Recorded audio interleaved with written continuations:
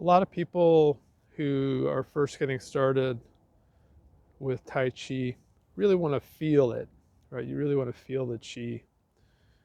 My instructors, in Aikido, we call it Ki as opposed to Chi, but they would tell you not to focus on it too much, right? But rather practice. But a good way to start to kind of get some of these sensations is to do it through the hands, right? So you'll do this in Qigong, right? So if you just take a moment to rub your hands really fast until they get very warm and clap a few times just to stimulate the nerves. Let's say we'll just do it 3 times here. You could do more.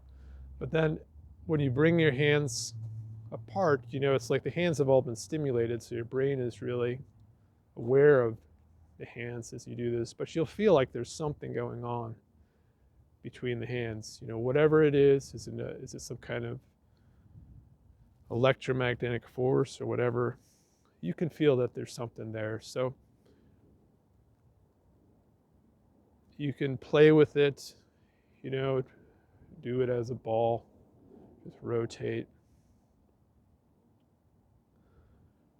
Right, so this idea that I talked about, energy comes up through the ground, comes through the legs, gets manifested in the hands, right? So that's a way to direct movement, or movement begins from the center.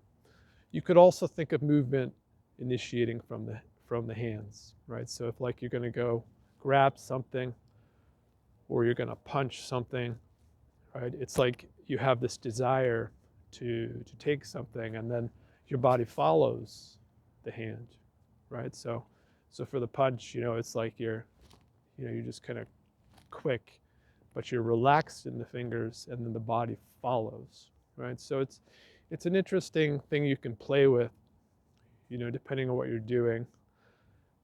I like to bake bread, so like when I'm kneading the dough, I'll play around with different ways of kind of using my hands, and I'll link it to my center and to my body as I'm doing the kneading.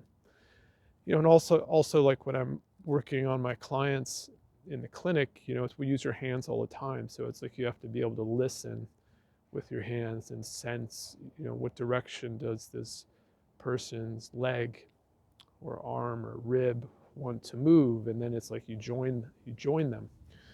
So the hands are, they're a very real thing that you can explore, and it's useful because we do express ourselves, in our language we express ourselves through our hands. And if you watch people who you think are a little anxious or nervous, you'll see like jerky kind of movements with their hands. But if you train yourself to be a little smoother with your hands, you might find that you could actually calm yourself down a little bit just by doing that alone.